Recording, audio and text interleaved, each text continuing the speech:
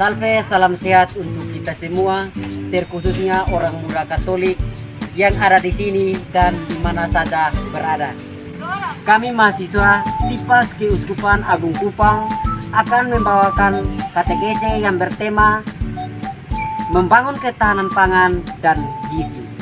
Selamat menyaksikan. Selamat pagi teman-teman yang ada di sini. Selamat pagi. Dan juga teman-teman yang ada di rumah. Pagi ini kita berkumpul lagi di sini untuk melakukan katekese bersama Minggu Prapaskah yang kedua. Maka dari itu, marilah kita mengawalinya dengan sebuah lagu. Bakti nomor 366.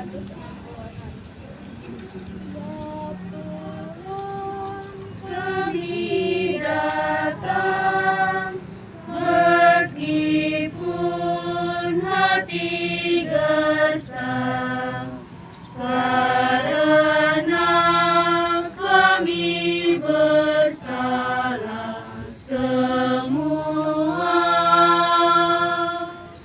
Pada dikau, pada teman, pada kawan serta lawan, karena kami bersalah semua.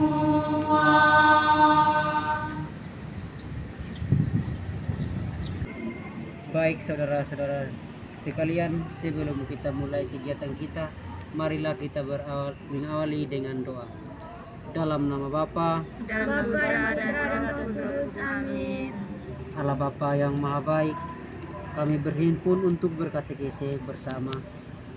Kami mohon bimbingan-Mu dalam kegiatan katekese ini, agar kami mampu melihat dengan cermat berbagai persoalan pangan dan gizi dalam perjalanan hidup kami. Semoga dapat membangun tata kelola pangan dan gizi yang baik dalam mendukung keberlanjutan hidup kami yang pangan dan gizi dan dalam perjalanan hidup kami. Semoga kami dapat membangun tata kelola pangan dan gizi yang baik dalam mendukung keberlanjutan hidup kami yang sehat dan sejahtera. Demi Kristus Tuhan dan pengantara kami. Amin. Amin. Dalam nama Bapa, Bapa dan Putra dan Roh Kudus. Amin. Salve, selamat pagi untuk teman-teman OMK yang ada di sini maupun yang ada di rumah. Kita bertemu lagi dalam kegiatan katekese kita Minggu Prapaskah yang kedua dengan subtema membangun ketahanan pangan dan gizi. Seperti yang kita ketahui, pangan merupakan hasil yang dikelola dari para petani, nelayan, dan sebagainya. Sedangkan gizi merupakan makanan untuk daya tahan tubuh manusia. Jadi, pangan dan gizi sangatlah penting dalam hidup kita. Tanpa asupan pangan dan gizi yang baik, tubuh kita pasti akan merasa. Tubuh kita pasti akan kurang sehat dan akan memicu pada kematian. Karena itu, kita bersama-sama coba untuk melihat sesuai dengan kenyataan hidup kita dalam terang sabda Allah, sehingga kita dapat membangun hidup yang sehat dan berkelanjutan dengan dukungan pangan dan gizi yang sehat pula.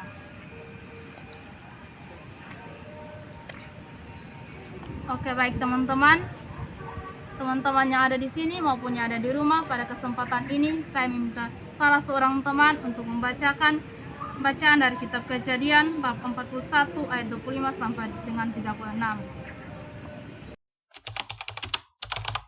Dari kitab Kejadian. Lalu kata Yusuf kepada Firaun, kedua mimpi Tuanku itu sama. Allah telah memberitahukan kepada Tuanku Firaun apa yang hendak dilakukannya.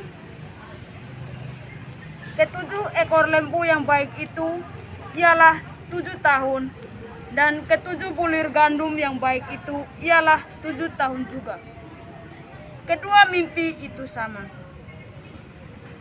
Ketujuh ekor lembu yang kurus dan buruk yang keluar kemudian, maksudnya 7 tahun. Demikian pula ketujuh bulir gandum itu yang hampa dan layu oleh angin itu, maksudnya akan ada 7 tahun kelaparan. Inilah maksud perkataanku, ketika aku berkata kepada tuanku Firaun,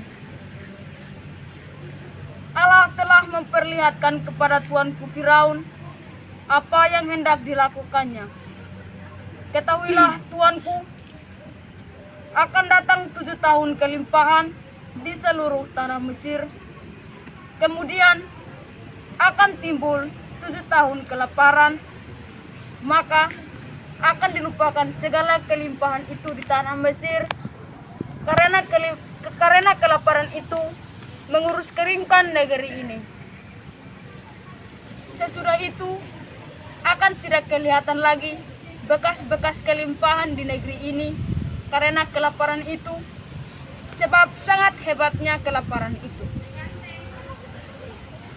Sampai 2 kali mimpi itu diulangi bagi tuanku Firaun, berarti hal itu telah ditetapkan oleh Allah dan Allah akan segera melakukannya. Oleh sebab itu, baiklah tuanku Firaun mencari seorang yang berakal budi dan bijaksana dan mengangkatnya menjadi kuasa atas tanah Mesir. Baiklah juga tuanku Firaun berbuat begini, yakni menempatkan penilik-penilik atas negeri ini, dan dalam ke-7 tahun kelimpahan itu memungut 1/5 dari hasil tanah Mesir. Mereka harus mengumpulkan segala bahan makanan dalam tahun-tahun baik yang akan datang ini dan di bawah kuasa tuanku Firaun. Menimbun gandum di kota-kota sebagai bahan makanan serta menyimpannya. Demikianlah segala bahan makanan itu menjadi persediaan untuk negeri ini dalam 7 tahun kelaparan yang akan terjadi di tanah Mesir, supaya negeri ini jangan binasa karena kelaparan itu. Demikianlah sabda Tuhan. Syukur pada Allah. Terima kasih untuk salah seorang teman yang telah membacakan bacaan dari kitab Kejadian. Selanjutnya saya meminta teman-teman yang ada di sini maupun yang ada di rumah untuk membaca kembali bacaan yang tadi dalam hati.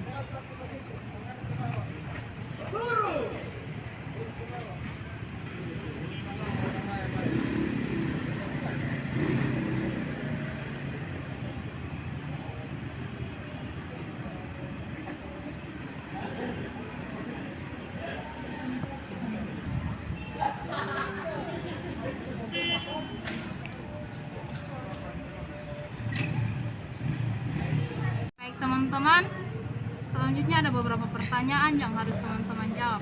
Pertanyaan pertama, apa saja yang diceritakan dalam perikop Kejadian tadi? Ya, saya yang dibicarakan dalam perikop tadi yaitu Yusuf menafsirkan mimpi Firaun tentang 7 tahun kesuburan dan 7 tahun kelaparan yang akan terjadi di tanah Mesir. Pertanyaan yang kedua, apa sikap dan tindakan Firaun setelah mendengar penjelasan Yusuf? Terdapat pada ayat 35, yaitu mereka harus mengumpulkan segala bahan makanan dalam tahun-tahun baik yang akan datang ini, dan di bawah kuasa tuanku Firaun menimbun gandum di kota-kota sebagai bahan makanan serta menyimpannya. Pertanyaan yang ketiga, apa pesan teks ini untuk kita? Saya terdapat dalam ayat 36. Demikianlah segala bahan makanan itu menjadi persediaan untuk negeri ini dalam ke-7 tahun kelaparan yang akan terjadi di tanah Mesir, supaya negeri ini jangan binasa karena kelaparan itu. Untuk teman-teman yang telah menjawab pertanyaan-pertanyaan tadi, selanjutnya saya memberikan kesempatan kepada teman-teman untuk men-sharingkan pengalaman teman-teman sesuai dengan tema kita pada hari ini ataupun sesuai dengan bacaan yang telah dibacakan tadi. Kepada teman-teman yang ingin men-sharingkan, waktu dan tempat saya persilakan. Baik, saya akan menceritakan pengalaman singkat saya yang pernah saya alami. Sekitar 2 tahun lalu waktu saya di Sabu, suatu hari saya pergi ke pelabuhan.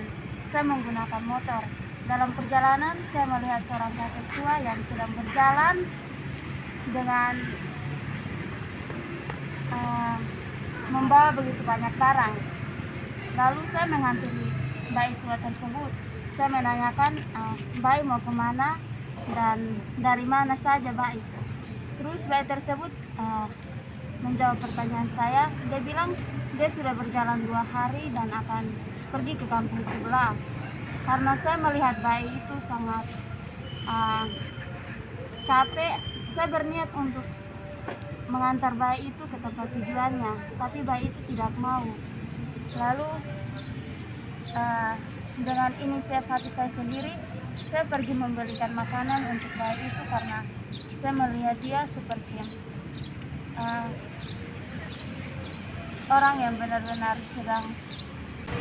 Saya melihat bayi itu sangat membutuhkan bantuan, lalu saya memberikan dia makanan, roti untuk dia makan.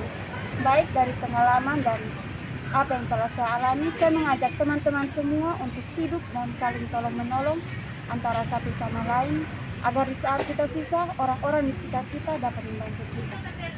Jadi baik, terima kasih atas kesempatan yang diberikan. Di sini saya ingin sharingkan pengalaman saya tentang pertama kali saya datang di Kota Kupang dan berdomisili di suatu tempat di kos. Dan di situ saya melihat banyak sekali anak-anak kecil yang terlantar. Mereka harus bekerja keras, memungut sampah untuk mencari uang. Dan lama-lama saya melihat mereka, saya punya hati tergerak dan saya memanggil mereka dan mulai bergaul dengan mereka. Dan mulai dari situ kami bersama-sama di kos untuk saling bermain sama-sama, masak makan sama-sama. Dan sampai itu saya menganggap mereka seperti saya punya adik kandung sendiri. Saya bersama-sama dengan teman Jimmy mereka itu waktu itu. Terus sampai saya pindah kos juga, mereka sempat sama-sama bantu saya untuk pindah saya punya kos. Jadi mungkin mereka ingat saya punya jasa kebaikan saya saat saya bantu mereka. Jadi mereka bantu saya sampai begitu. Jadi di saat saya bantu mereka dan di saat saya sulit untuk membantu mereka atau saya tidak bisa membantu orang lain, atau saya punya kelebihan sesuatu tapi saya tidak bisa memberikan kepada orang lain, di situ saya ingat bahwa yang saya punya juga pemberian. Terima kasih. Oke, baik, terima kasih kepada teman-teman yang telah men-sharingkan. Mungkin dari teman-teman ada lagi yang ingin men-sharingkan pengalamannya.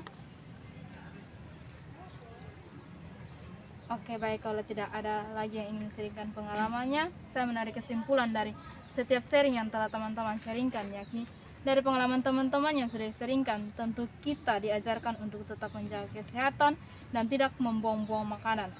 Dan kita harus melihat, harus peka terhadap sesama saudari kita yang berkekurangan. Baik, teman-teman bersama OMK yang terkasih, setelah kita mendengarkan sharing dari beberapa teman, selanjutnya marilah kita menyampaikan doa dan permohonan kita kepada Allah.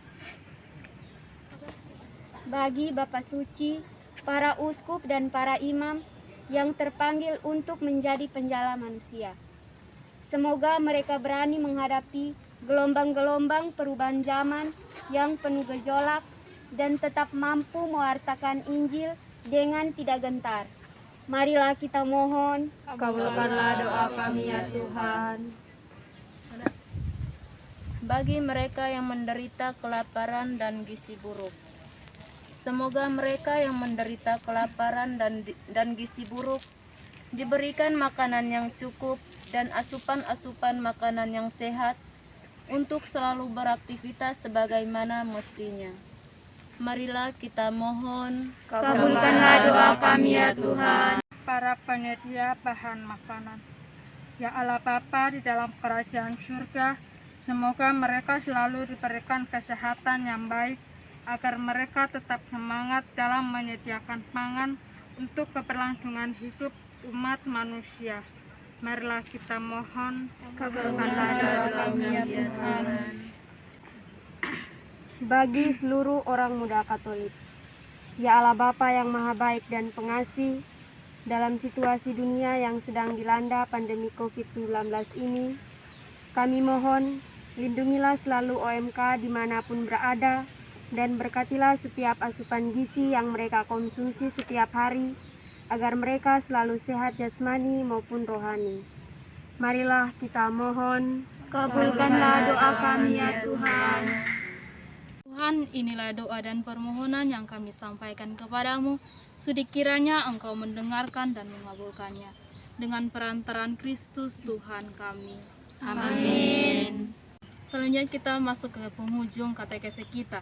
Maka sebelum kita menutup katekese kita, alangkah baiknya kita merencanakan aksi nyata. Kira-kira dari teman-teman ada usulan tentang apa yang harus kita buat, di mana dan kapan kita harus melaksanakan aksi nyata kita. Kalau menurut saya kita melakukan aksi nyatanya itu di Apil di Jalan El Tari, dan di situ dimana ada adik-adik atau teman-teman yang menjual koran, dan kita bisa berbagi apa yang kita mengerti tentang bagian dari pangan dan gizi. Yang kita dilaksanakan di situ, hal yang kita bawa yaitu membawa sedekah untuk mereka yang berada di Apil. Dan usul saya waktunya itu hari Senin. Terima kasih. Baik, terima kasih kepada teman Adriana atas usulannya. Mungkin dari teman-teman ada usulan lain atau teman-teman setuju dengan usulan Adriana? Setuju. Oke, jadi baik teman-teman, kegiatan aksi nyata kita akan berjalan pada hari Senin, yang dimana kita akan membagikan apa yang kita punya kepada anak-anak yang berada di lampu merah. Selanjutnya kita akan menutup katekese kita dengan doa penutup. marilah berdoa. Ya Allah Bapa yang Maha Kuasa, pencipta alam semesta, kami bersyukur atas anugerah pangan yang beraneka ragam dalam hidup kami. Engkau terus memelihara kami dengan makan dan minuman yang selalu tersedia. Kami mohon, bantulah kami agar kami mampu membangun tata kelola pangan dan gizi demi menunjang kehidupan kami yang sehat dan sejahtera. Semoga kami tidak serakah, tetapi selalu rela berbagi pangan dengan semua orang, terutama mereka yang berkekurangan. Doa ini kami sampaikan kepadamu lewat perantaran Kristus Tuhan kami. Amin. Bapa dan Putra dan Roh Kudus. Amin.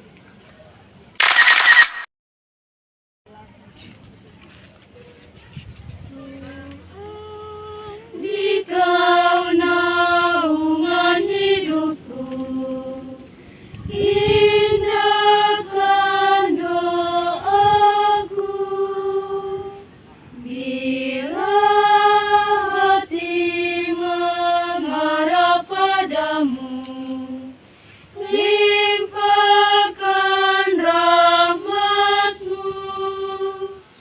Aku selalu diincar bahaya sampai akhir nanti. Tuhanlah perisaiku.